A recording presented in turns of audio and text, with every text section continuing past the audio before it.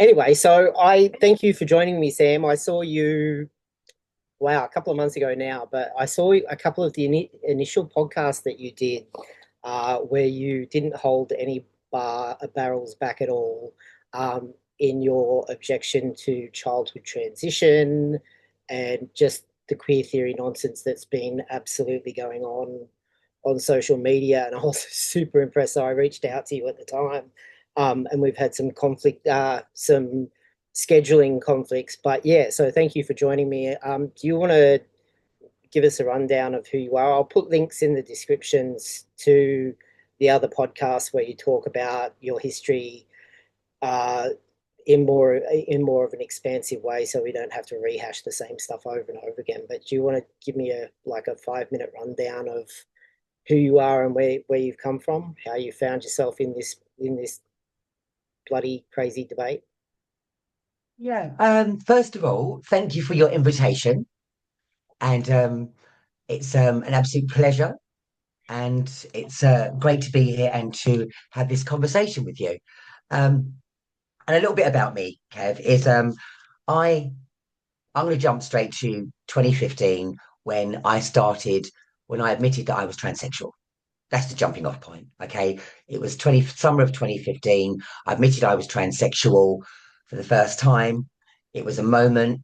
It was very special to me. It was true trans joy, transsexual joy, not trans joy. That's when I started my transsexual journey, not my trans journey, because I'm a transsexual, which means I'm transitioning to something, even though we know we can't change sex. Um, so I started my journey, and then I had my first gender appointment in 2016. I got frightened. I didn't go. I got a delay. I got a cancellation appointment. Had my first appointment 2017. Started living as a, I went. I started living full time as a woman July the 12th, 2017. You never forget the day. I threw all my male clothes out. I got a whole new wardrobe in spring, summer, autumn, winter, courtesy of my mammy, who was my adopted mother after my mother died in 2008.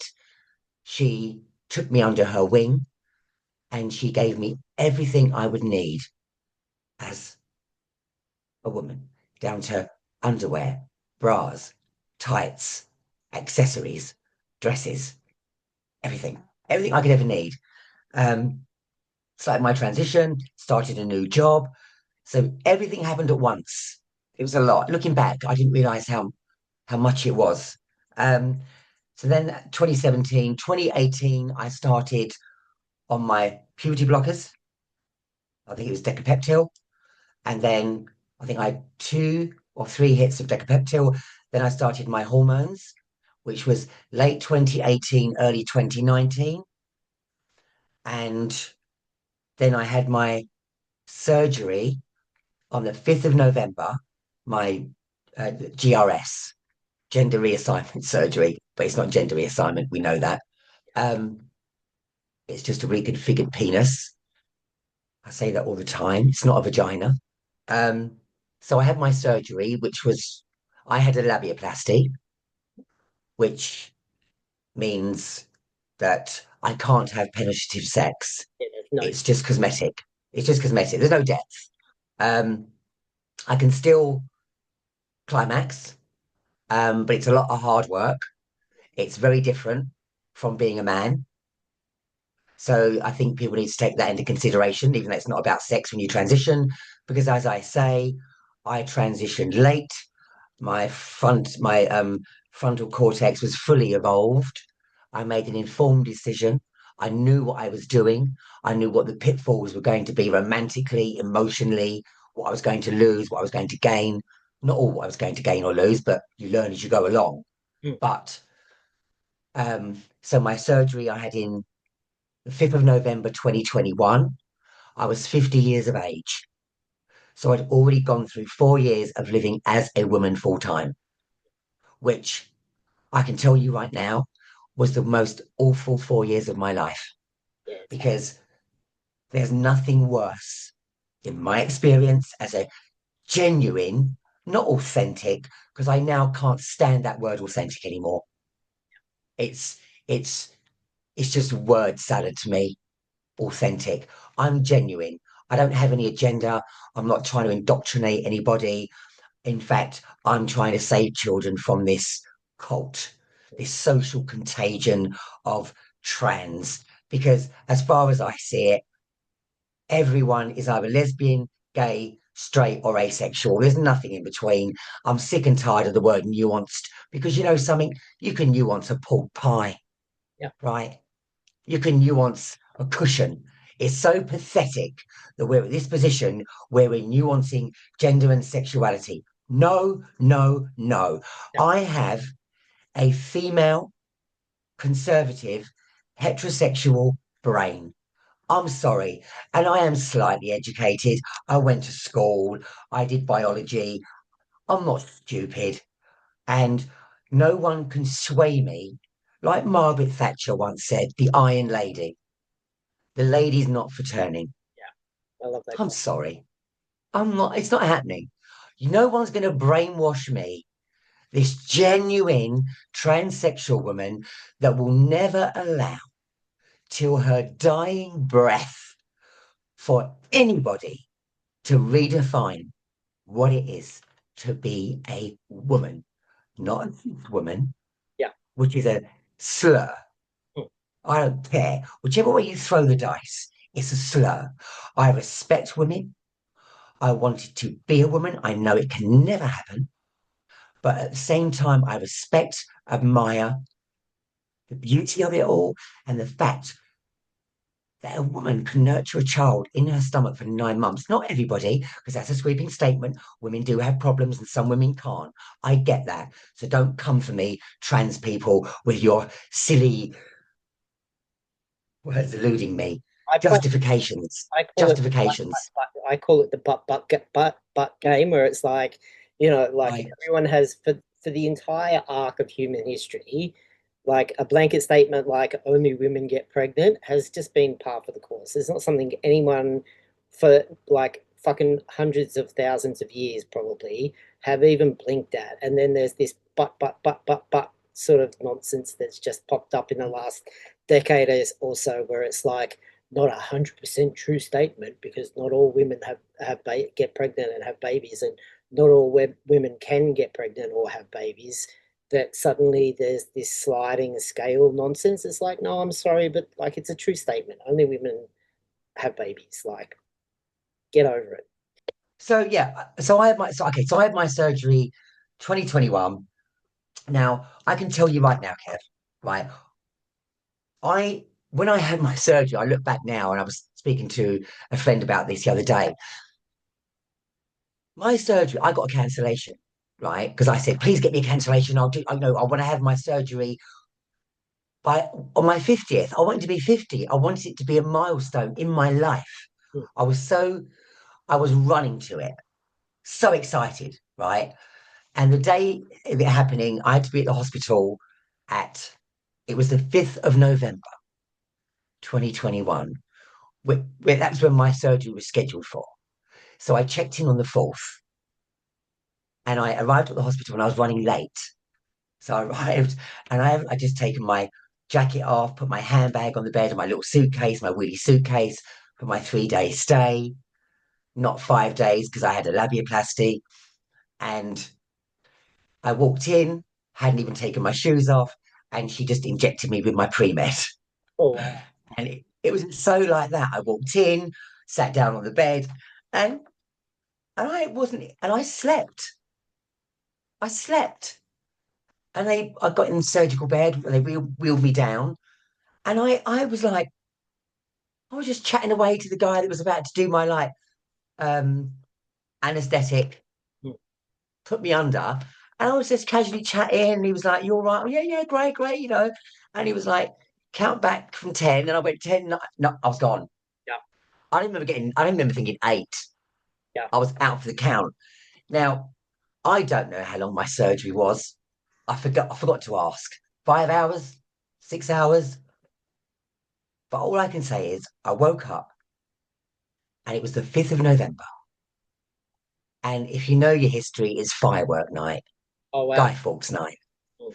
So there was fireworks. It was a moment. And I could hear all the fireworks going off outside, and I was on my morphine drip. And I felt relieved. I felt I was liberated from that previous life. And I felt it felt correct. It felt right. In some ways, I say privileged situation to have, and also realizing that I dodged a bullet because hindsight's a wonderful thing. And I know that when I was given my surgery options at the hospital, and I dreamed of having a vaginoplasty, and the consultant said to me, he said, Samantha, what do you expect out of this surgery? What's your expectations? And I just replied very simply, I wanted to reciprocate my love in the traditional fashion. Very simple. And then he delivered my surgery options. And clearly one of them was going to be using part of my colon, my bowel, and having two surgeons operate on me in tandem, Oh wow. right? And I would have had a smelly vagina for a while because of my bowel. The lining of the bowel was had obviously excrement going through it. So there would have been a malodor for a while, horrible smell, but that would have dissipated. Um, I could have had fistulas, which could mean I could have ended up pooing out of my vagina. Wow. Um, and then you've got to take into consideration it's forever going to be an open wound, forever. For the rest of your life, you've got an earring. It's an earring. If you don't put an earring in that, what's going to happen? It's going to Close. close up. And how many women, how many trans women, sorry, transsexual women, we'll come back to trans in a moment. Um, how many transsexual women have, especially if they've had puberty blockers, even more so, because you're not allowing that child to grow a penis naturally. And if you're stopping that growth, that child you're taking off the table straight away, inversion.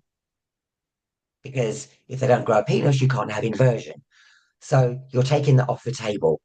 Now, um, so I dodged a bullet and I didn't have to do dilations.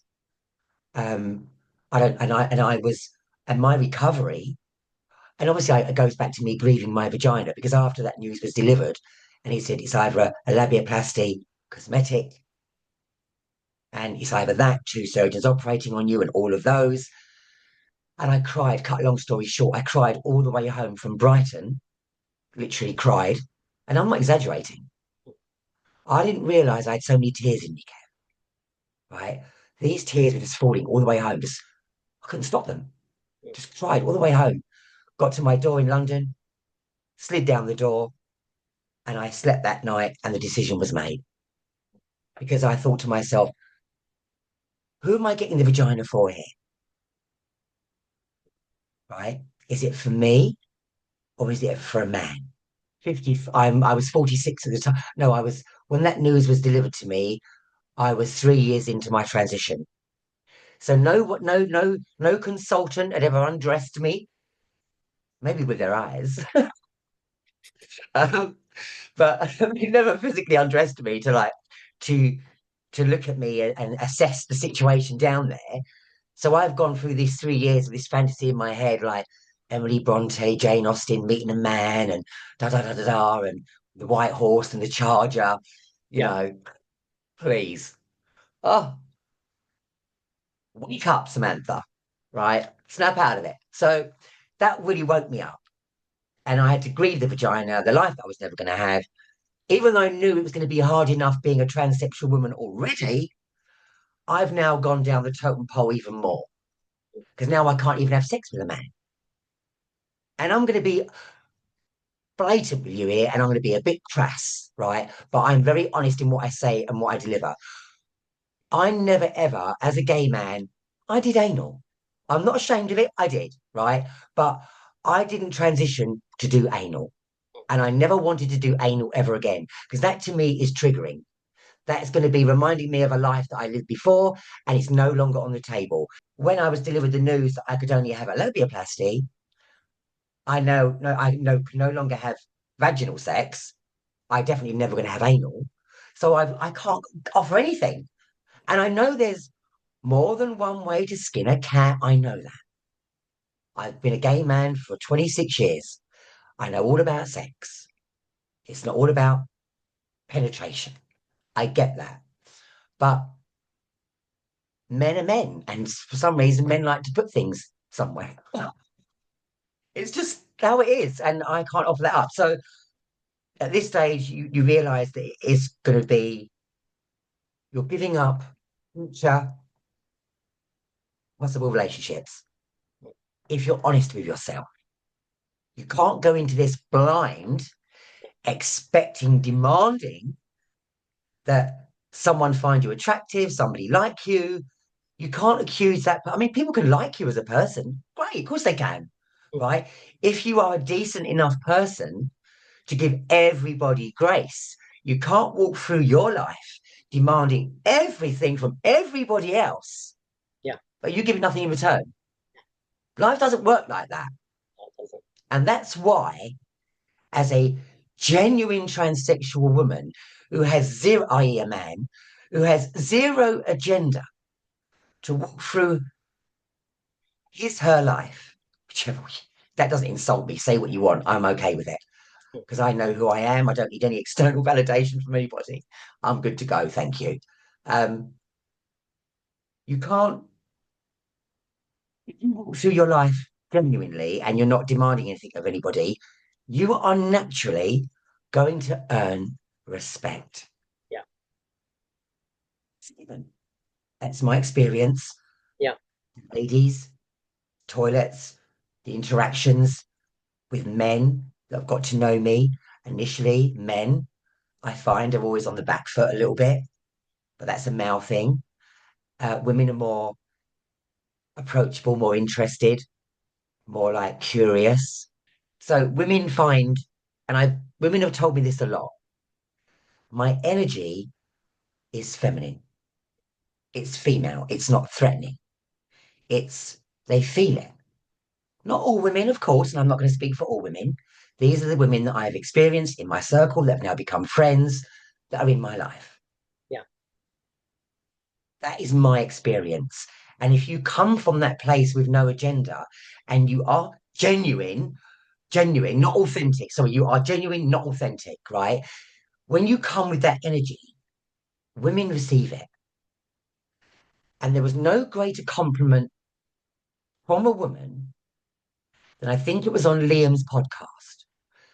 And she said, Samantha, I am a turf.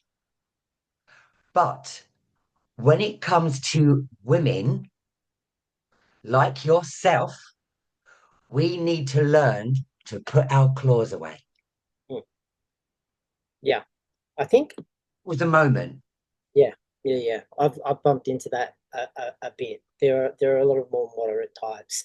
I think because I was on a TV show that hasn't aired yet, but like I was meant to be asked the question, what the difference between 25 years ago when I started transition and the difference between now and then, what I've noticed. And I think one of like the primary thing that I have noticed back in the day, we kind of knew that this was a fringe thing to do. We knew that we were the ones that were moving outside the natural norms of human existence by transitioning, and that it was up to us to to be accommodating of other people, and that we had to earn our place. It wasn't just a natural given. And the world at the time, in terms of how progressive it was, things had opened up enough so that there was just enough room for a toehold, so that if we behaved honorably and you know but were self-aware that we were the odd ones out, that we could earn our place. um and things would be fine, and that there were pockets of LGBT kind of suburbs and progressive, forward-thinking suburbs in inner cities basically all over the West, where we could find people and find our place and make a good life for ourselves, um, which I was really appreciative of the time. And over the last 25 years, that has just gotten like it's kind of been kung fu on its head. So now it's like the expectation is there, and that it's no longer up to people who choose to do this historically very abstract kind of fringe thing to find their place. It's for everybody else to cater to us. And I think that is the thing that really rubs people up the wrong way the most. Like it's the you shall, like, like the sports and the toilets and all that sort of stuff. It's the expectation of everybody catering around transgenders and stuff like that. That is the thing that rubs most people up the wrong way, because it's not how personal integrity works. It's not how basic respect works. Like it's just not how humanity functions. Like it's not the right way to go about things. So you're Well, absolutely. I can say this much, um, as a free thinker, the worst thing you can do to me as a free thinking transsexual woman is well, just as a person, as a human being, is tell me what to do and tell me what to think and change and try and brainwash me. Um, that's not going to happen because I live in reality, and I say this all the time. I may be gender dysphoric a tiny bit now, um, but I'm not delusional. I'm not delusional. I don't live in another dimension. I live in reality. I'm reality based, and you'll never be able to change that opinion in me. And on that, I'm a bigot. I never thought I'd say it, but I'm a bigot on this. Yeah, I will die on this hill, right? And which leads into the trans thing, because the trans thing, it's not. And I'll say it again. It's not. It's not. It's not fact or evidence based. None of it. And it's back to what we said before. It's about if you destroy if you destroy the gender and and you blur the lines, you're going to be destroying a civilization. You're destroying the West, the foundations of it, yeah, right? If we can't define what a man and a woman is, then we're completely screwed, yep, right? And I will never, ever have anyone say that a woman can have a penis, right? Shocking, isn't it? A woman can't have a penis. And I know we've just had the High Court ruling in the UK about defining what a woman is, but do you think this fight is over? Of course it's not. Women have been under attack for so long, right? And I know, and we spoke about this. It's like the sports thing, and why the men aren't standing. If I'm digressing, forgive me. But why the men aren't standing with the women in sport? Um, they feel like there's a lot of lone female voices out there, and I'm like, I stand with them. I don't think anybody with an XY chromosome should be in female sport. And I don't care if you're throwing a dart or if you're throwing a javelin or if you're running track and field. I don't give a shit. I don't care. It's very simple common sense because if the shoe was on the other foot, men would not put up with this yeah, at all. And it's those misogynistic, narcissistic men that really want to interject themselves into female spaces, which is a nice little segue into tickle versus giggle. mm, Because I never ever believed when I first heard the beginnings of that story, I never believed it would have got legs. mm, I just thought it's so ridiculous.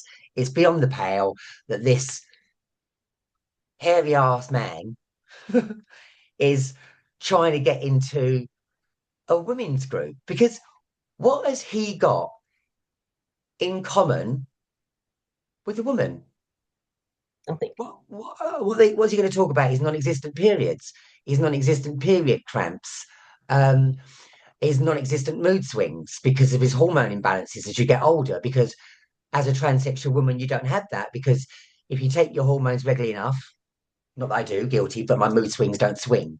I seem to be on a level on that. But women you're taking a constant level of hormones, so you don't have that imbalance, you don't have those mood swings, and all this, and that leads into like the extreme transsexual people out there that are actually asking for a womb, and that to me is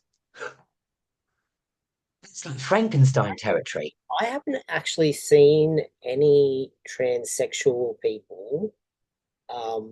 And we should specify that when we say transsexual, we mean someone who undergoes the process of transition, who knows what their biological sex is, knows that that will never change, but does their absolute best not only to mimic becoming the opposite sex socially as much as possible, well, physically as much as possible, but also socially as much as possible.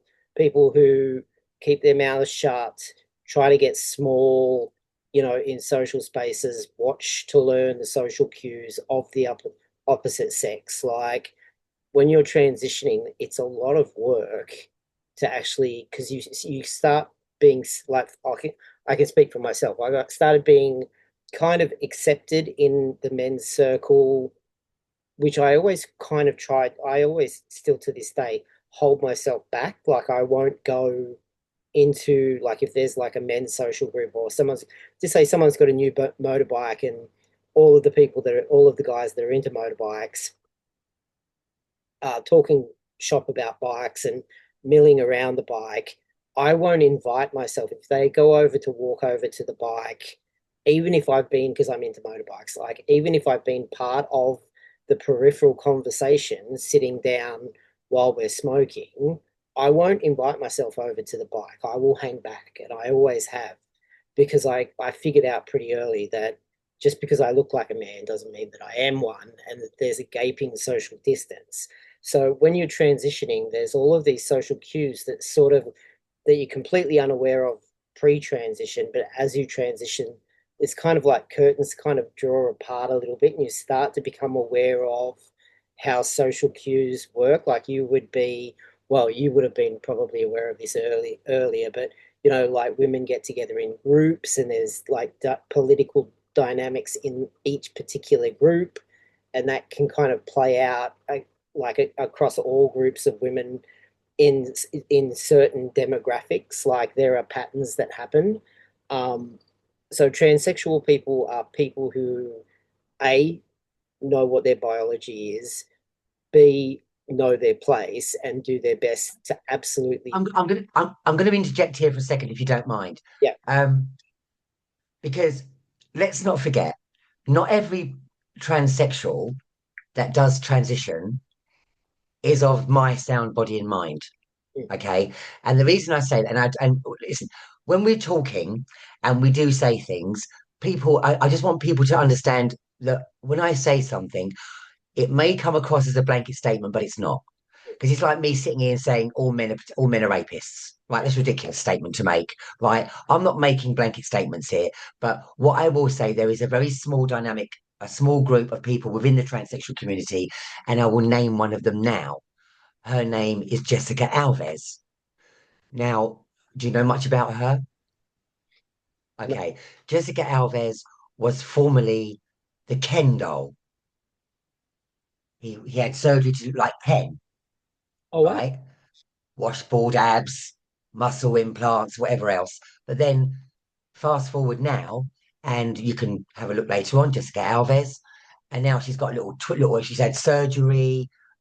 She's got a little tiny nose, massive breasts. She's almost become a caricature of what it means to be a woman. Mm. She's a caricature. Um, Big long blonde hair. Um, but she was having an interview at a doctor's surgery, and she was discussing having a womb transplant. Now, to me, that is abhorrent. Yeah. It's disgusting. It's a step way too far. Yeah. And I don't even know how my gender dysphoric acceptance of my mental health disorder makes me want to be sick. Yeah. It's kind of abhorrent. Yeah. It's Frankenstein. It's Dr. Mengele. It's yeah, that is something else. And I think with all of this going on, I think again it's a further attack on women because first of all that could never happen because you'd have to transplant a healthy uterus, and I don't even know how you go about that because you haven't got the wirings, so it's never going to happen. But people will still look into these things. There's probably some disgusting, dirty, vile, dark, devilish backstreet surgeon somewhere trying to do these experiments to see if it's viable. And the thought of that takes you down a whole different rabbit hole. Do you know what I'm saying? Yeah, Because I can guarantee you, somewhere around the world, this shit's going on. yeah. Whether it's gone lab rats or whatever else, right? Trying to get a. I mean, women are enough. We don't need it. We don't need men to have fucking wombs and have babies. Well, We've got women to do that. yeah, it's an abomination because like I was watching like a Tammy Peterson podcast, and I don't know if you've ever seen any of her. She's fabulous, absolutely remarkable, fabulous. Peterson. Yeah, Tammy Peterson. She doesn't. I haven't. Well, she may still be regularly uploading. I haven't seen any of her stuff recently, but she had this pregnancy expert on probably 2 years ago now, like a PhD doctor, that researcher that's like, everything pregnancy is this woman's forte. And the woman was saying um, that basically in the female body, pretty much every vital organ or system in the female body is diverted in some way to assist with the pregnancy. So it's not just, like having a womb and putting a baby in there, and then you're also not thinking about the baby, what, like the surrogacy thing. You're not contemplating the baby or the baby's future or the baby's individual rights in that situation either. Like it just is completely abhorrent. Also, it's again, it's that word. It's incredibly narcissistic. It's incredibly selfish. It's incredibly again. It's all of those things. Misogyny, it's all of it. It's a complete that even voicing that to on a TV program to a surgeon. I just thought you that is delusion beyond delusion to even say that. And when I I'm not going to lie. Um, and I don't know. If I was in that room and I heard that, I think my initial reaction would be to slap her. Like, and I'm like, You if I would, was in the room, I'm not saying I would slap her yeah, if I saw her. I wouldn't, of course, I wouldn't do that. I'm not advocating violence, but in that moment, I would say, it'd be a reaction. Like, what? What, yeah, what are you saying? yeah. This is, this is, this is hard enough transitioning and all of that. Why would you want to put yourself through even more? I can't even begin. I can't. The thought of it is too far out there for me to even go there. Yeah. It's Um, incredibly self-absorbed delusion. also, I think okay with the trans community, um, which again I always say is stuff of nonsense. It's gay, lesbian, straight, asexual. There's nothing really in between, all the nuanced crap. I think actually I know this to be fact actually because a couple of gay men um, came into my DMs on my ex account. Okay, and they told me from the horse's mouth that the reason they were um, trans women, i.e., men, was because they were treated better in society than effeminate gay men. Yeah. And it was two men that came into my DMs, and I appreciated their honesty at the same time, so I wouldn't ever out them for that. But it kind of gave me an indication. I mean, is there many effeminate gay men on the gay scene anymore? Are they transing all the gay men? I know, Some of the gay men, yeah, I think not all of them, obviously, but there aren't many gender non-conforming lesbians left. I know that. Like it's weird because I transitioned pretty early in terms of the scene here in Sydney. Um, people still hadn't really heard about trans men at that point. Even in lesbian circles, you had to kind of be in the very, very kinky, you know, queer political realm to have heard of trans guys um, at that point. Sorry, Kev. What age were you when you I was began your I was 20, transition? 26 in 2001. 26. But in the I have to time, say, you look great. You look great. yeah, but in the time since then, like thinking about because like the suburb of Newtown, like and everybody kind of moved there in their 20s and was hanging out around until their 30s, some to their 50s. But so you see the same people. It's just like a decent size suburb in the inner city area of Sydney. So you kind of see the same people over and over and over again, over the course of a decade or so. You see them at the same social venues, the same pubs, the same parties and things like that. So you start to see them, and there are all of these older butch women that I saw around, from my early 20s, and now I'm in my 50s. I'm 50 now, and am friends with some femme lesbians who are on the dating scene, and I keep finding out women that used to be like out and proud butch lesbians back in the day. Almost all of them seem to have transitioned. Like almost all of them are now trans men, and also a lot of the younger butch lesbians are basically transitioning before they hit 25. So it's just wiping out the population. It's really bizarre. So it wouldn't surprise me at all to find that there's that it's hitting the really effeminate gay men as well. Well, that is that's quite a shocking. What's the stats on that? I don't Do we have any stats on it? Do we have? Is there any stats? know. I don't think so. Yeah. Uh, that's just decimating the community, isn't it? Yeah, it basically is conversion therapy on the LGB community. Well, the more you think about it, it is, isn't it? Yeah, Um, Anything goes. I mean, do you know something? This links into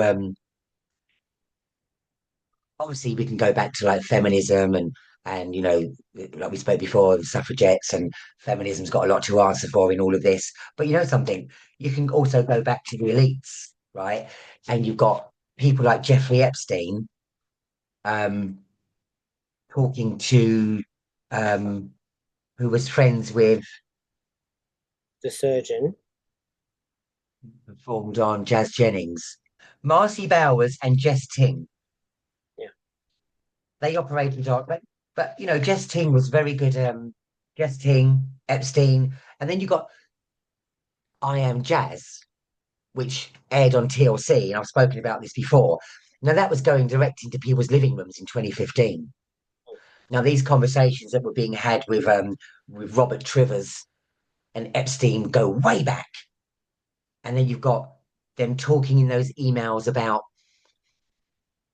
trans women that they can have the best of both worlds with a cock and a pair of breasts, and they'll smell like a woman, feel like a woman, but you can have a nice hard cock.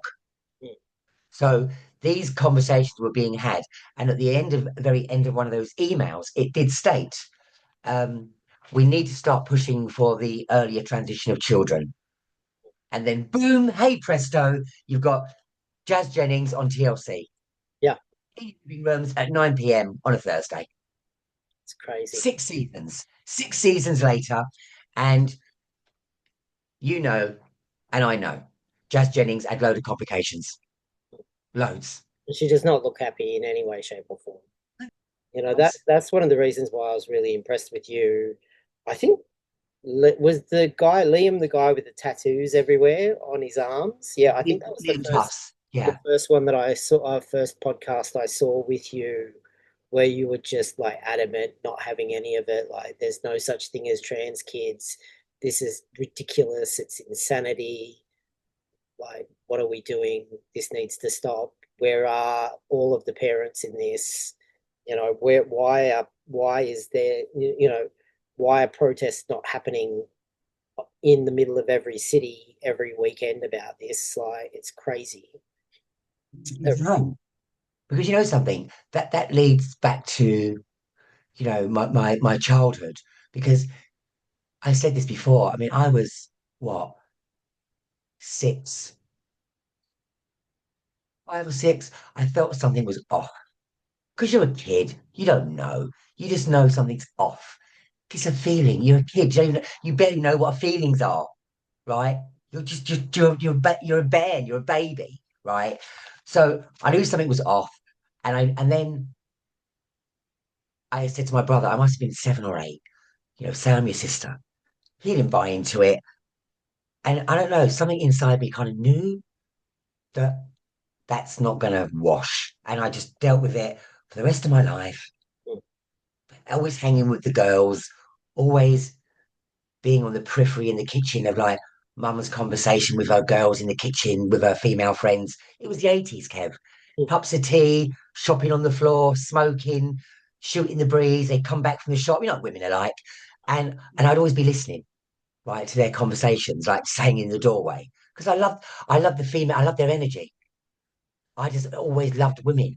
I'd even like when my brother said to me, he said, I was mum's favourite. And I was. Even before all the sexual abuse, because after that, my mother wrapped me in cotton wool even more. But prior to that, I mean, I'd have days off school, Kev, and I'd be doing the cleaning with my mum, and we'd be like doing the housework, listening to Barbara Dixon. It's like Yeah, magical. I yeah, go, Mum, I don't feel well today. And she'd go, all right then. I had a day off. The other brothers would go to school. And then my younger brother was born. And, I would go and pick him up. I'd have days off. I'd even go to play school with him. And I was so pleased to have a younger brother. I wasn't jealous, even though I was the favourite. Like I was the youngest for 6 years. So I had those 6 years with my mum. Then he was born and I loved it. I was almost like I became, I suppose, a little mum in a funny sort of way. And he would come home from like, I'd go to school and my brother and I were really close. We still have a close relationship now. Um, I would come home from school and he would have hidden sweets behind the sofa just for me. No, my other brothers, yeah, just for me. So yeah. So I had a great childhood and all of that. I'm not sure if I spoke about my childhood, but my childhood, and I'm going to skip. You can edit this out. I'll snitch it in. My childhood was Enid Blyton. It was Famous Five. yeah, It was going down the woods, making camps, making rope swings, and swinging over open fires. It's like yeah. It's like it was. Yeah, it was every, like swallows and Amazons. yeah, every day was an adventure. You drop like you'd be running home from school, chuck your bag in the front door, and then you'd be out. Like, and you basically Right? come back until the street lights were on. And I remember, like, we used to live in a block of like a big, massive complex of units.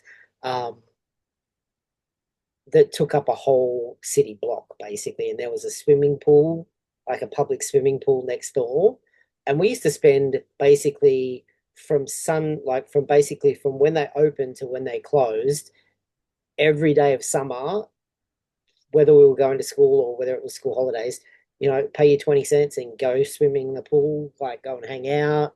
Like you get pass outs and go run somewhere and do something and come back. Like we didn't spend any time whatsoever inside. We didn't have much money, so we didn't have fancy toys or anything like that.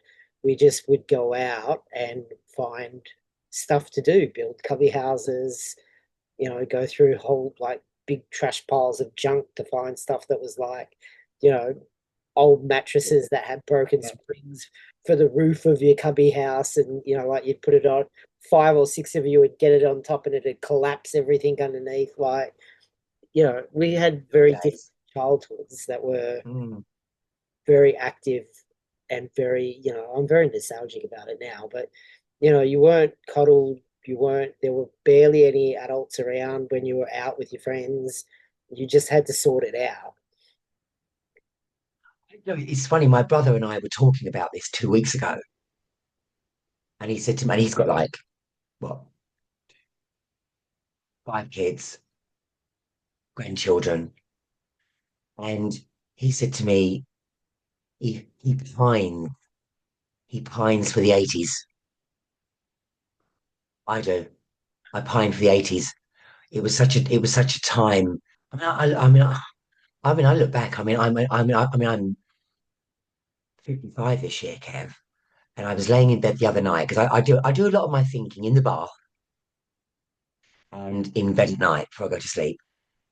And I was laying there thinking, I've had the Queen's Silver Jubilee, I've had the Queen's Golden Jubilee, Diamond Jubilee, and those times there was such a feeling of unity, a feeling of I don't know, something Community. shifted. It shifted, yeah, unity, belonging together. Something shifted. I don't know what happened. I don't know. Do you know something? Even I'm gonna because have you ever heard of CERN? Sorry. Have you ever heard of CERN? Right. CERN is in Switzerland, right? CERN is it's called the Hadron Collider, right? And it's all about discovering about dark matter. And it's buried beneath the earth, and it's miles and miles and miles of tubing and copper wiring, and it's all about smashing protons and atoms to smash dark matter and find out. Well, they reckon that they apparently found they split, they opened a portal to a parallel universe, and people say conspiracy theories, and I never believed I was a conspiracy theorist, but I do believe, looking at the optic now, that I think there's probably some truth in it. There's something's happened. We're living in an alternate universe where how can we how can we have gone from, and I liken it to like a plume of jellyfish, Kev, right? How can we go from a little small group of like transsexual people to like all of a sudden you've got all these trans people. Yeah. It's like Wow, 28% of the youngest generation is now identifying as LGBT. that's not possible. That's not possible if that's not a social contagion or we're living in a parallel universe, right? It's one of the two: social contagion, parallel universe. People are petrified. Uh, some people think they're doing the right thing by their children because they're confused, but in their heart of hearts, they know better. They know better, but they're so frightened, especially now with you've got the threat of your children possibly being taken away if you don't affirm them. Right? In America, I think they brought in a law where if you didn't affirm your children, they could socially transition your children at school. That's why there's been a mass exodus from California. People are taking their kids away from California. Yeah, we have all Why? here as well. State, right? Why wouldn't you? I mean, I would. I said it before. If I was a parent now, I would take my kids out of school and homeschool them. Yeah. But what they're trying to do now, they're trying to bring in laws to stop people homeschooling their children. Why is that? Right? Because you want to indoctrinate the kids into this. Yeah. That's what this is about. This is about power. This is about the state parenting your children. You had those children to parent them yourself. It's disgusting to me that parents are allowing the state to do that and tell them this crap and nonsense. And it goes back again to children are a product of their environment and children only know what they're told. Right? I was that child who had gender dysphoria. I never knew what it was, and quite rightly so. Quite rightly so. Because if I'd known about all of this crap at that age and it was injected into me, I was indoctrinated into it, I can tell you right now, I don't think I would be here talking to you right now. Yeah. That's how I feel. I would not be here talking to you now because My expectations may have been different, and it may have you might end up finding out you're going to be very lonely. It could end up being lonely for you as a transsexual woman, and also what you need to understand as a transsexual woman, you're never going to be able to give a man a baby. Mm. Now, a man, just by design, genetics, that man will eventually, not all men, I'm not blanket statementing again, is going to hunger for a little bit of him and you running about the garden. When he looks at his child, he sees a little bit of you in him. Now, you're not going to be able to provide him. Now, that man is going to have to love you a lot to forego that. How many men are going to be willing to do that? They may do it for 5 years, so you'll be in a relationship and you may think it's long term, it's going to go, but then you're going to end up sadly, and the history has repeated itself. You will end up cast aside for the woman who can give him a child. Yeah. It's Yeah. I going to mean, happen. it's the natural flow of humanity. We are here to reproduce. The meaning of life is your nuclear. Yeah. Like that Mm. is like I've kind of discovered this in the last getting to 50 has been kind of a milestone in a number of ways, but like the growing realization that like I believed in all of this progressive politics right up until the point where I started getting into the gender critical stuff and started realizing, oh, hold on a minute here, this has gotten completely way out of hand. What's gone wrong? And you start backtracking to original principles and then flow from there to see what went wrong. And I'm starting to think, you know, a lot of the progressive, I like the idea that of individual freedom is a lovely idea. I really want to believe in it. But if there's no buffer of there are well-known limits that fit within the social cohesion, like say what Christianity used to provide, then there is no principle, but like there's no principle end to what individual freedom at the individual level means. Does it mean, that suddenly it's okay to be a pedophile? Does it mean it's okay to, to kill people? There have to be moral limits to individual freedom. Otherwise, the whole thing falls apart. And I've kind of been thinking about this for the last couple of years now. It's kind of been like a slow discovery or like a long journey of discovery, in into the realization of that most of my belief system that I've held for my entire adult life is not based in logic at all. It's based in feelings. And a lot of it, like a lot of the trans stuff, seems to be a symptom of a lot of these, like really high-minded, lovely, everybody wants to believe in them, you do you moral codes where people have the right to live their lives the way they want. But we're kind of ignoring the fact that we're all completely interdependent on each other. Like, I can't keep myself alive without the labor of, probably hundreds of thousands of other people who are also living their lives. Like, we have to fit in with them. And a lot of this, like the kung fu progressive stuff, where it's now it's not our responsibility to fit in with everybody else; it's everybody else's responsibility to fit in with us. Like it's not sustainable.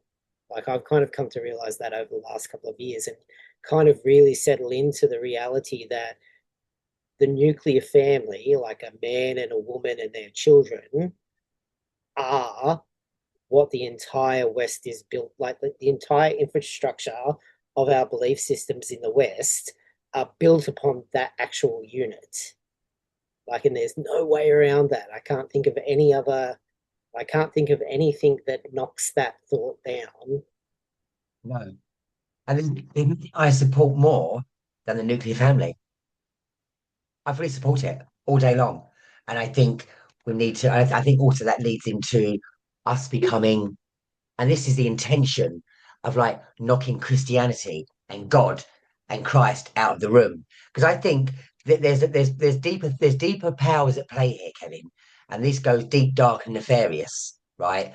When you're trying to like, and I said this before, when in the UK we used to have like pubs on a Sunday would like they'd be open from like 11 in the morning to like say 12:30, and they would shut for the rest of the day on a Sunday, and everyone would go home.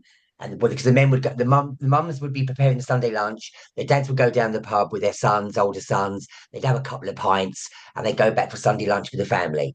That's how it was. Some people go to church in the morning. A lot of people go to church in the morning, and they go home, pub, Sunday lunch. Well, then the powers that be, because what they do, they give you something, and they give you this false illusion that they're doing it for you, for the greater good. They dress it up, right? So what they say, okay, what we're going to do, we're going to give you Sunday trading because you work so hard during the week, and it's not really fair that you get one day to shop. So we're going to open up Sundays as well to make it all better for you. So what does that do? Well, then you've got to look at it. You've got to have those staff working Sunday. So what happens? You put a load of people away from going to church because they've now got to work Sunday. Yeah. So this is all a knock-on effect. And then what happens? Not so many people are sitting around the Sunday table for lunch. It separates So the people. family unit starts to get fractured, Yeah. right? And then women going to work, feminism, right? The kids are at home, you've got latchkey kids, right? They're not, the family unit's now fractured even more. You've got mum not even there when the kids come home from school, right? So this is all by design to completely destroy the West. And this has been, they've been playing the long game for a long time. Mm. And again, I say this, there's a lot of people asleep in the poppy field. Wizard of Oz. Yeah. They're all asleep in the poppy field. And it's our job to wake them, to bleep up, wake them up from it. Because 20 years, I mean, I'll be dead in 20 years' time. I won't be here. I'm 50. I might be lucky if I make 15 years. I'm on countdown, right? It's all downhill from here. Now, I've got work to do, and I'm going to be to my dying breath doing this, saying what I'm saying, because if we don't, and I'm going to say, is the right word eradicate the gender nonsense? I think it would be eradicate, wouldn't it? Eradicate the gender nonsense. Not eradicate trans people. I'm not saying that. I'm going to eradicate the gender nonsense. Yeah. That's what we need to do. And people just need to accept that they've been bamboozled, they've been suckered into believing this crap, Yeah. and then we can all get on. Because you know something, and I thought about this in bed in the bath the other night. Can you imagine the amount of time and money that has been spent on this? Yeah. And how that could have been redirected to like child trafficking, sex trafficking, so many other valuable things than Yeah. talking about all this. Yeah. Because I can guarantee you, Kev, you and I do not really want to be, we don't really want to be sitting here talking about this when we could be living our lives, Yeah. right? Like my sisters that went before me, that had the privilege of being tolerated. Because, okay, let's get back to the word tolerance, right? Because there's a lot to be said being tolerated. Mm. Because now we're now forwarding into a parallel universe where there is no tolerance from them, right? We were tolerated. People didn't understand us, of course. And why should they have to, right? But we were tolerated. We were accepted. We did the work. We assimilated. But, and also, this is why I do what I do and say what I say, because I had my blinkers on for years, Kev. I was so self absorbed in my transition that I was like that. And then I discovered TikTok. Oh, wow. And then I saw states not even trying um, the self ID, the, the metaverse of the world. I mean, I say it again. I think Conchita Wurst has got a lot to answer for. You know, standing up there on the stage, a gay man, apparently, but in a dress. And then all of a sudden, you've got a bunch of bearded bearded ladies running around and bearded effeminate men. Who's that guy from the Queer Eye in America? I can't even bear him. Oh, Like the the long yeah, hair, the long hair, and yeah, the yeah. beard. I'm like, I can't deal with that crap. I can't deal with it. It just Right? Listen, be who you want to be, but even him, that's all an act. That's all over dramatics. All of that. Oh, camp running in like ultra beauty, beauty. I've just launched a makeup range. Like we need another one from a gay man. yeah, Get lost. Like, we don't need it. It's just like it's all become the trans thing, and the all the LGB has become commerce. yeah. Become commerce, right? It's now just about the money. It's not about people's lives and the care and the protection of children and doing the right thing. It's all about money. Even like these fake surgeons coming along, not knowing how to do a proper mastectomy, right? And lopping off and giving all these terrible scars to these trans men, right? And I see the butchery that they've like, where someone's clearly been overweight and they shouldn't have been operated on, Yeah. right? Because the scarring is like horrific. I don't understand. I'm not. I don't understand this. The pride in showing off the scars. What's that about? I understood. Well, I always found it a bit grotesque. I'll be honest. Like, I Yeah, be had honest. I had Yeah, the I had what was called keyhole, so I don't actually have the scars. I had liposuction. On one hand, I can kind of understand if someone is like, I always think of them as primary transsexuals, where they're desperately unhappy, fully aware that they're gender dysphoric for a long time. Their body gives them a lot of, like their own body, like traumatizes them or triggers them. Sorry, I should say, triggers them a lot. Having breast triggers them a lot. They have the surgery. They know yeah. that they will eventually be able to go bare chested. Um, if they and the scars do fade over time, depending on how No, bad yes. to start with. Depending on how good the surgeon was, Yeah, right? like it does, and they can get tattoos and they can cover them up, sort of thing. So I could kind of comprehend. I always found it a bit grotesque. I was always like that. Yeah, no one wants to see. And I don't like. I've never taken my shirt off in public ever whatsoever.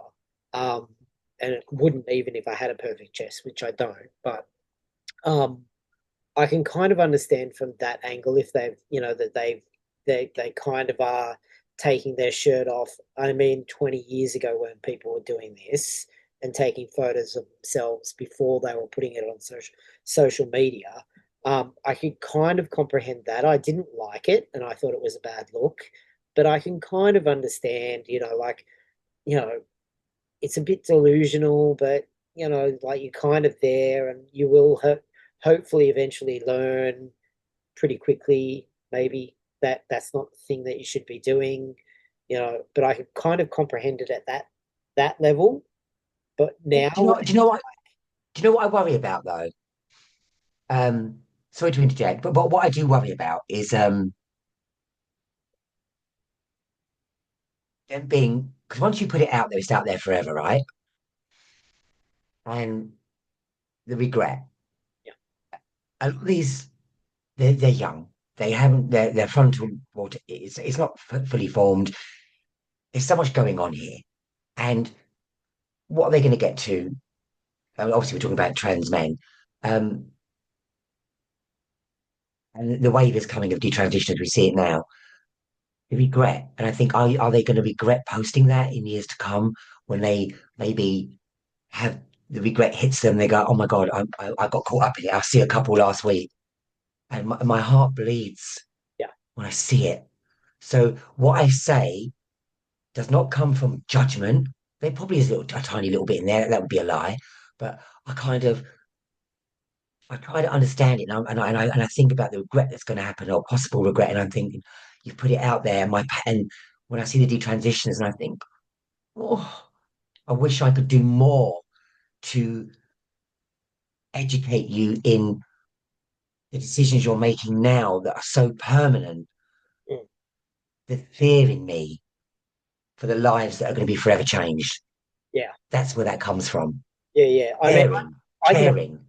I can understand back in the day adults that had been suffering for a long time who was taking pride in their body for the first time, you know, in a way that was complete that I find inappropriate and I think is socially inappropriate to this day. I can understand that a little bit. I'm not signing off on it. I don't think it's okay. But I can comprehend it, why they would be, reveling in their, having a body that they can relate to for the first time. But transfer Joy, their joy, their joy. fast forward Yeah. 25 years, we now have 13 and 14-year-old girls with cut marks from the self-harming, basically from here to here, up both arms, and they're shirtless and they've got big red scars and fake nipples that have been reattached in really badly, like in poor places where normal natural nipples would never be. And they've got cut marks all over their belly, and they're standing next to a surgeon who should know better, and everyone in the picture is beaming. Like, no, that is so far out the other end of unacceptable. I don't even have words.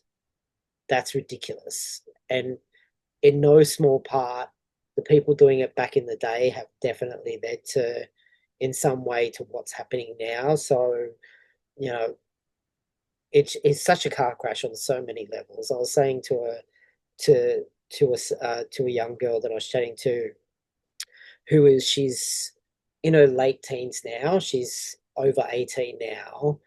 She's been fixated on transition for the last 7 years. So from the ages of 11 or 12, she has been obsessed with the idea of transition, and she wanted to talk to someone. She's a smart kid, and she wanted to talk to someone who has, lived, walked the walk. Um, so we had a chat for a while, a couple of weeks ago. But yeah, it's important to hear this. I mean, I want to hear this. Oh, that's what I was going to say. Like the idea, it's not just that and I was saying to her, like, basically, I was just like, don't do it. Don't do it. Like, you're not even 20 yet. Like, I transitioned when I'm 26, when I was 26, 27, and I look like this. No one has ever picked me. You're not in any rush to do this. Like, up until the point of 35 to 40 is where it gets to the point for women who want to transition. I don't know if you've seen this, but women who transition after 40, there's something weird about their face. Like their facial, like my face, as the testosterone started taking testosterone, my face widened in a little way, like the muscles realigned to be more masculine. And at a certain point, it seems to be after 40, 35 to 40, once you start transitioning past that point, like that doesn't always happen. So I've seen a number of trans guys who started after they're 40, 45, and like they may look kind of masculine, but there's something weird about their face that is always visible. And I kind of said to this kid, like, you've got the rest of your life ahead of you. This will work if you decide in 10 or 15 years' time that no, you really need to transition. It will still work. You will still pass. Like, there's no rush for this. And the reality is that it's not just the case of, like, you're studying at university and you think that your life is going to go this way professionally, and the chances that it's going to go professionally that way are really slim. Like, when you're under 20, when you're under 30, you really don't have a clue what you're doing. Like, you may be a legal adult, but that doesn't make you wise.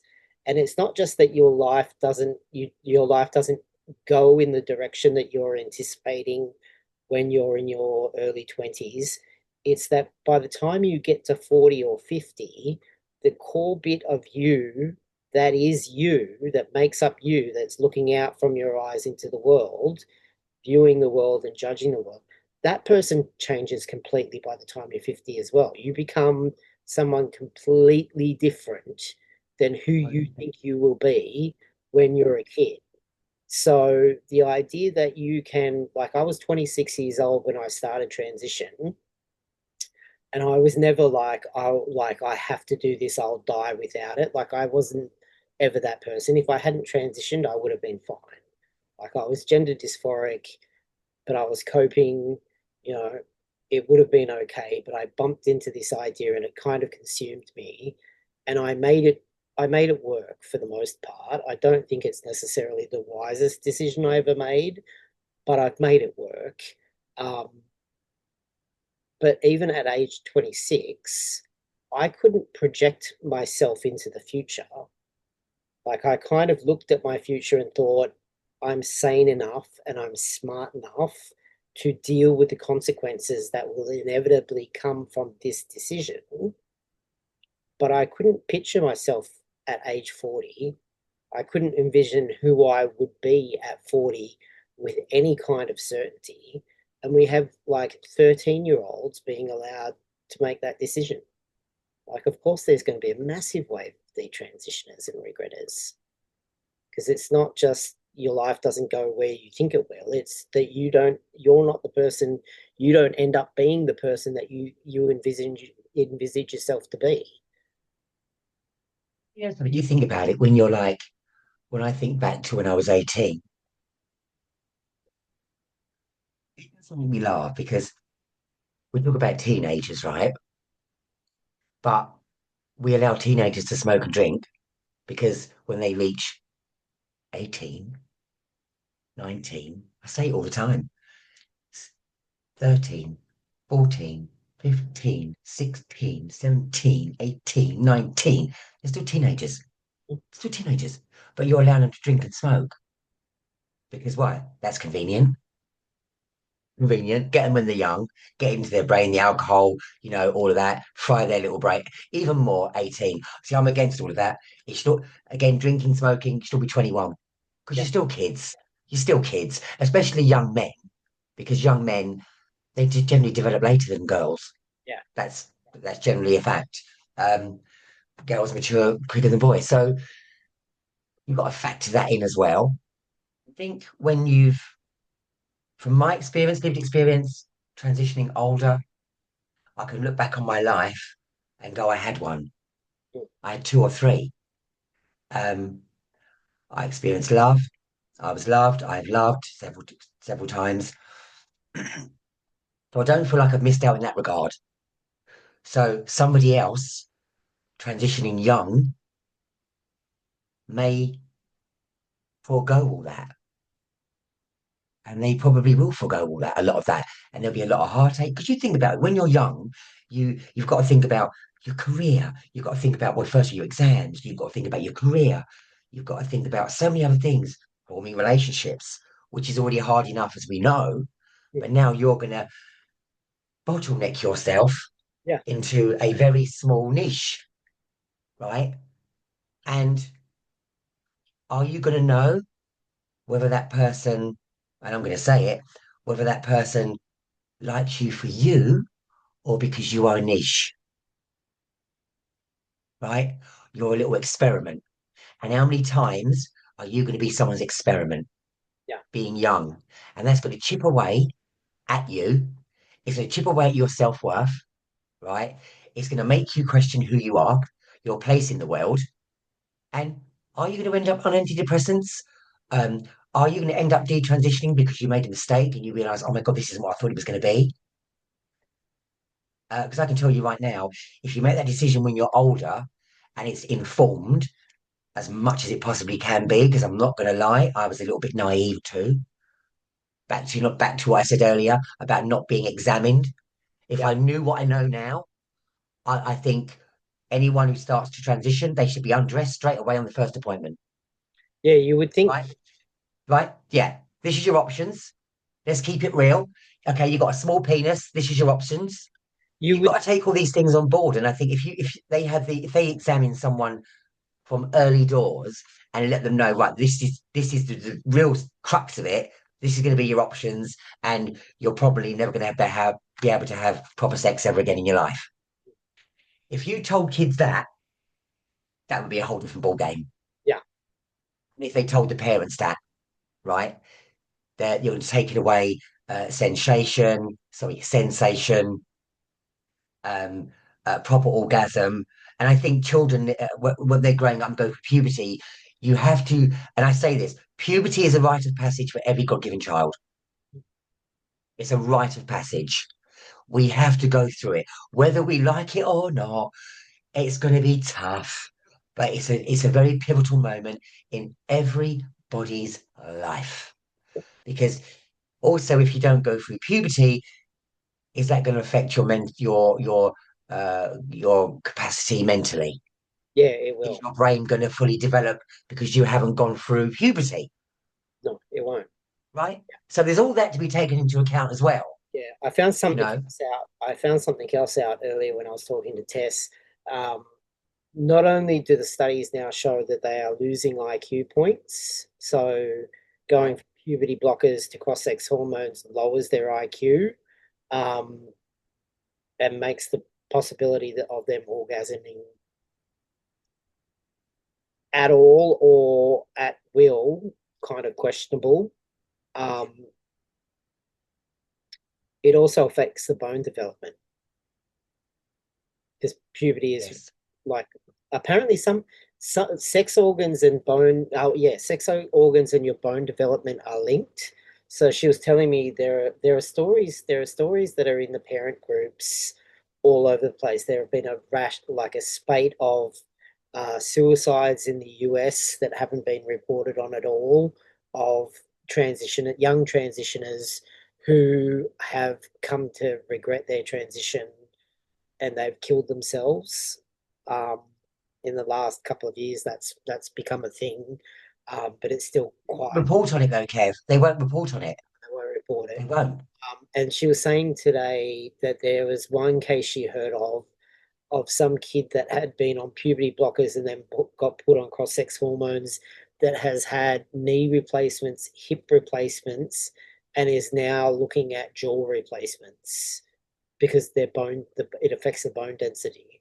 So How old is this person? I don't know. She didn't tell me. She didn't tell me. But she's connected to basically parent groups all over the world, and she works behind the scenes with a lot of them. So if she tells me stories, I know like they're 100%. There have been a whole heap of things that she's told me like, 8, 9, 10 months ago that suddenly will pop up, you know, out of the blue and everyone will start talking about it. And, I was given that information months and months and months prior. So I've come to appreciate that she's got a pulse on the button of, a whole heap of behind the scenes stuff. So there are all of these horror stories about child transitioning that just aren't being told at all. And, like the TV show that I was on, as I was sitting there, it was like basically the first kid, like summarizing their story was, I felt weird as a teen in my teenage years. Like, hello, like what teenager No. doesn't feel weird and awkward in your teenage years? She fixated on the transition was the answer, and then basically just emotionally blackmailed everybody around them with the help of other adults like teachers and therapists, like basically emotionally blackmailed the parents into going along with it.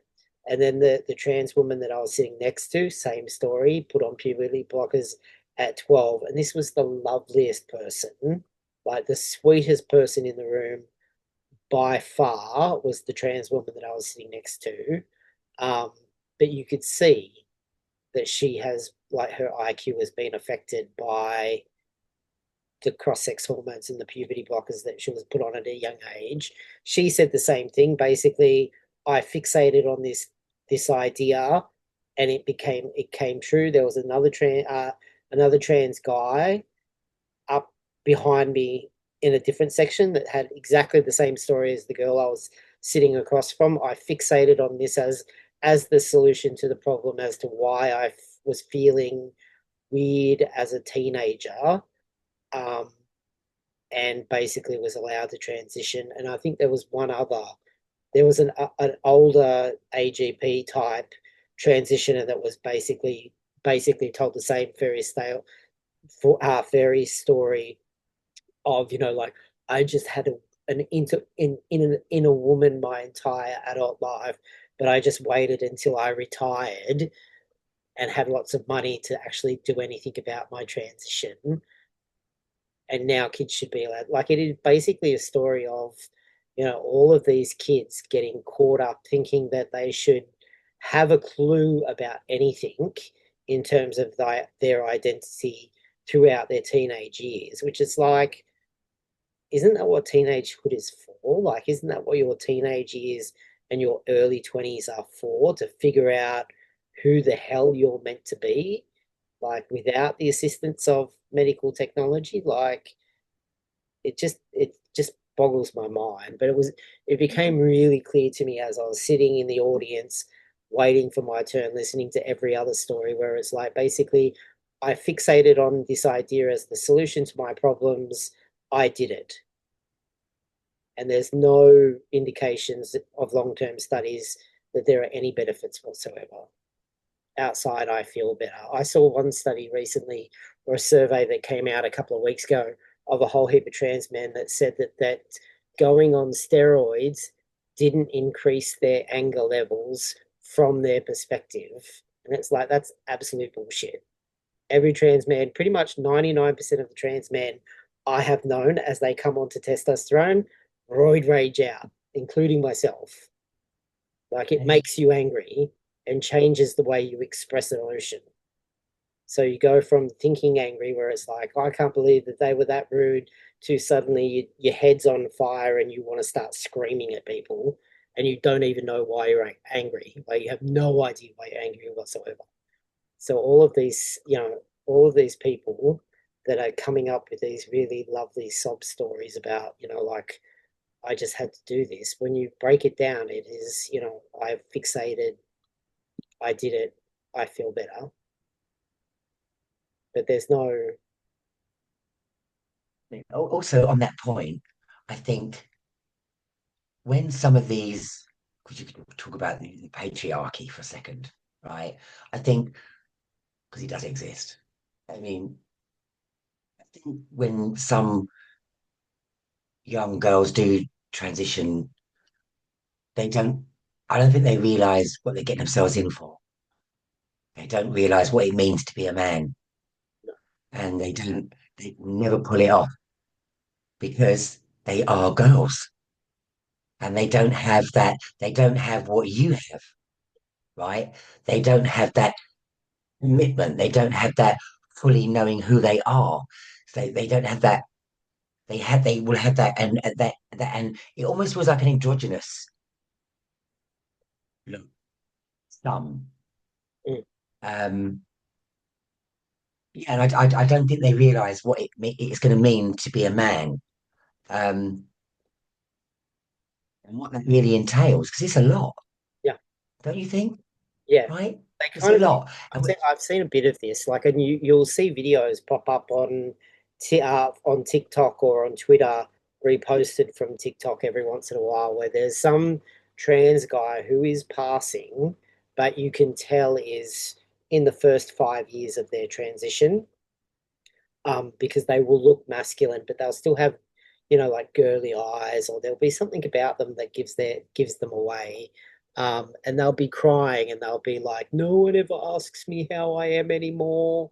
No one ever gives me the benefit of the doubt anymore." And it's like, yeah, welcome to masculinity. Like, they come in with thinking it, they're gonna, become part of the patriarchy and have their male privilege, and you do get given a bit more freedom and a bit more leadway, like, but you also have to be competent, and you have to prove yourself competent pretty much at all times in all situations. And there is no emotional support. Men don't get emotional support from, like, hugs and things like that. They don't get asked if they're okay, like the same way that women do. So you've got all of these women that have been socialized, all of these young women who have been socialized as women, and have, because they're teenagers, gotten coddled a little bit, where it's like, like, I'll do this for you, and, no, no, you're okay, and give me a hug. And they start passing as a guy, and suddenly they are expected to have their shit together at all times. And it's a shock to the system. Like, it's a massive shock. are you going to ask a guy to do it for you? Yeah. I mean, now you're on your own. You've got to fix that car. You've got to fix that roof. You've got to da. It's a lot. Yeah. It's a lot. And you kind But of have, it's very demonstrative. You have to demonstrate that you're competent. capable. Yeah, capable of living in the role that you've chosen. Because this is a choice. Yeah.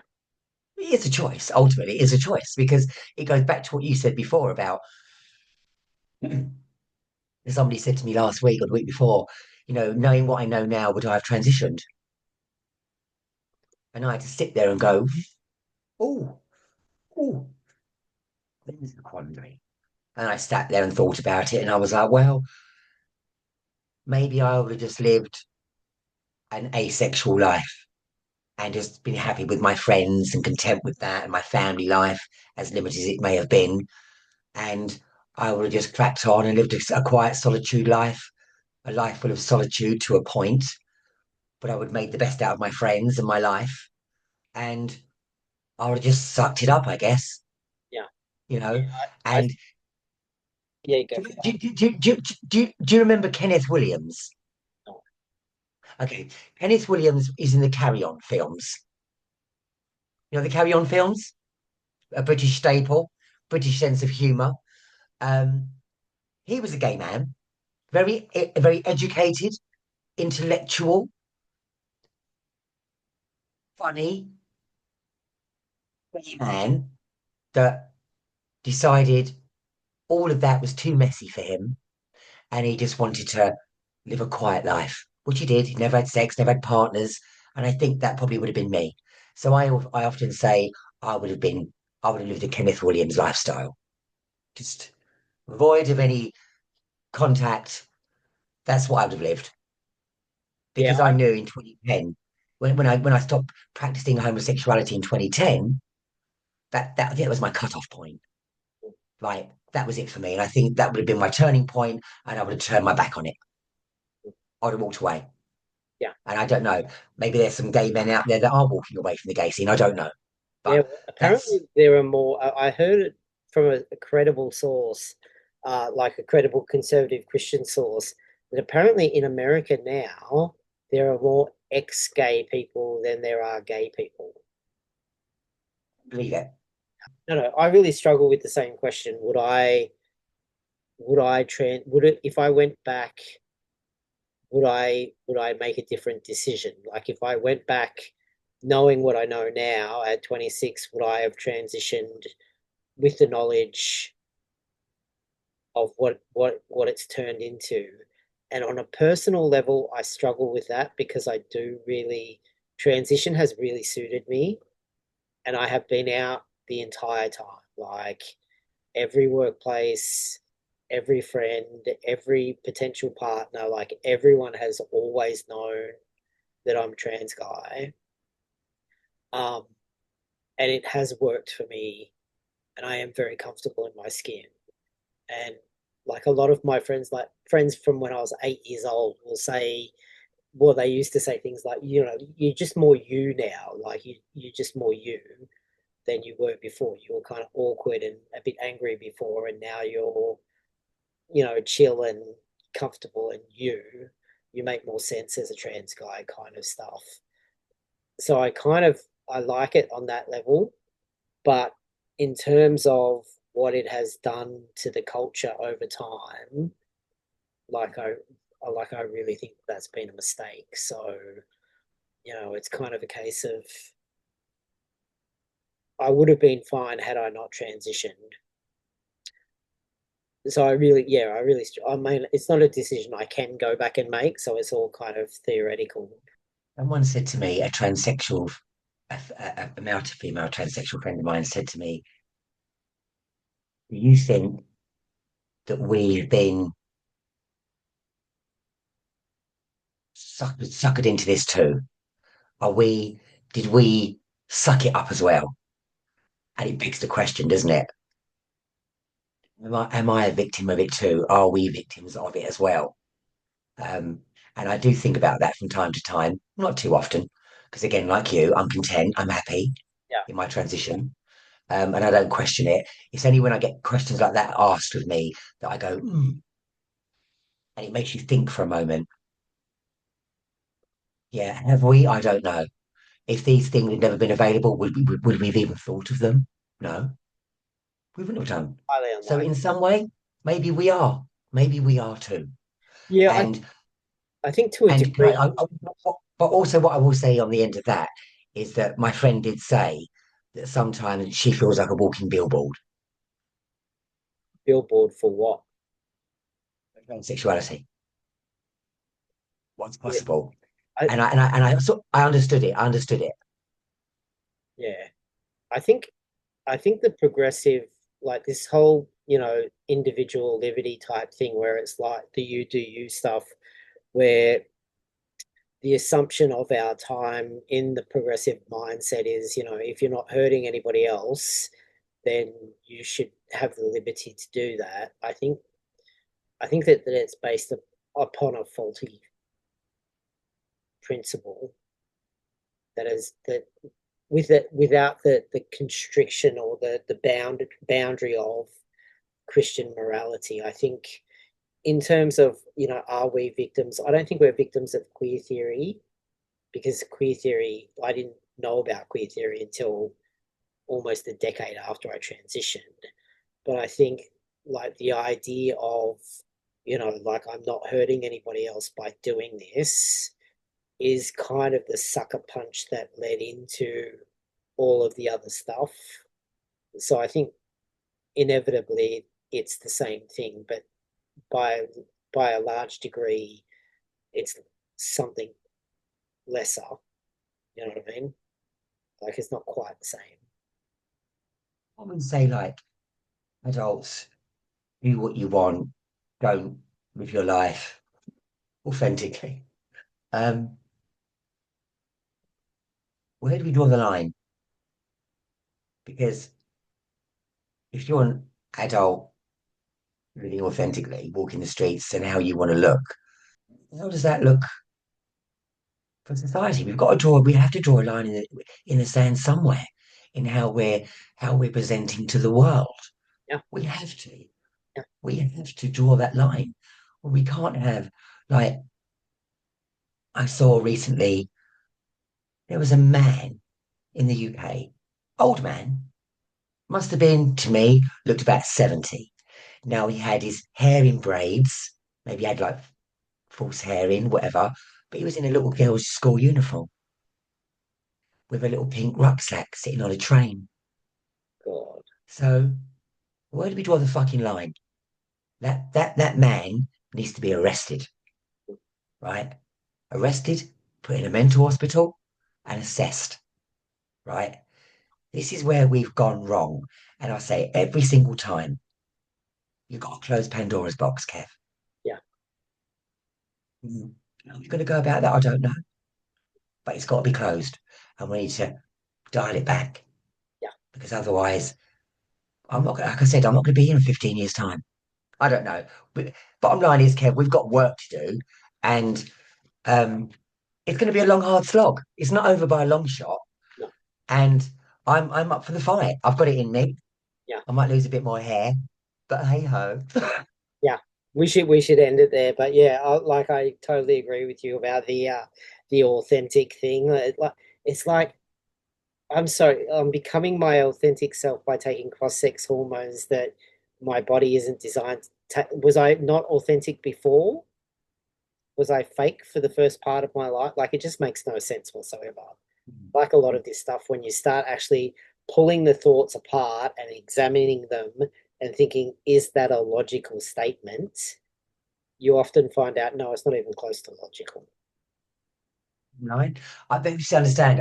Their logic and their arguments, I find a lot of the time they humour me.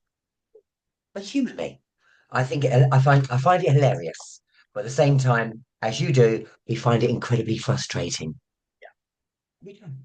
We do. So the fight goes on, and we continue Yeah. regardless.